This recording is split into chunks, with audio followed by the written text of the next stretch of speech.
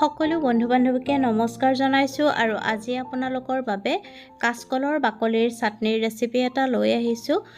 যদি আপোনালোকে মোৰ অসমীয়া পাকঘৰ চেনেলটো এতিয়ালৈকে ছাবস্ক্ৰাইব কৰি লোৱা নাই তেতিয়াহ'লে প্লিজ চেনেলটো ছাবস্ক্ৰাইব কৰি কাষতে থকা বেল আইকনটো প্ৰেছ কৰি অন কৰি ৰাখিব। তেতিয়াহে মোৰ আহিবলগীয়া ভিডিঅ'ৰ নটিফিকেশ্যনবোৰ আপোনালোকে সৰ্বপ্ৰথমে পাব।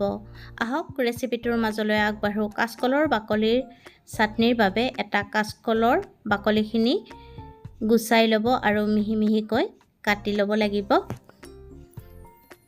আপোনালোকে বাৰু এই পদ্ধতিৰে কাচকলৰ বাকলি চাটনি বনাই খাইছেনে? যদি খোৱা নাই এবাৰ খাই চাবচোন, খাবলৈ খুবেই জুতি লগা হয়।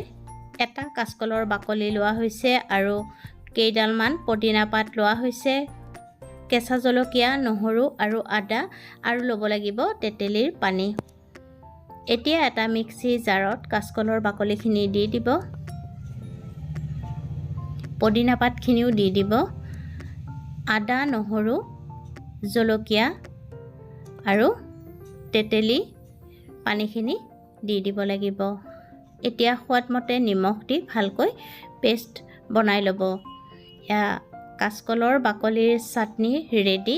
এতিয়া এটা বাটিত উলিয়াই ল'ব আৰু তাৰপিছত তাত সৰিয়হৰ তেল দি দিব আৰু তেলখিনি দি ভালকৈ মিহলাই ভাতৰ লগত পৰিৱেশন কৰিব। যদি কাচকলৰ বাকলিৰ চাটনিৰ ৰেচিপিটো আপোনালোকৰ ভাল লাগিছে তেতিয়াহ'লে ভিডিঅ'টোত লাইক, কমেণ্ট, শ্বেয়াৰ আৰু চেনেলটো ছাবস্ক্ৰাইব কৰি ৰাখিব। পুনৰ উপস্থিত হ'ম। আজিলৈ আহিলোঁ। ধন্যবাদ।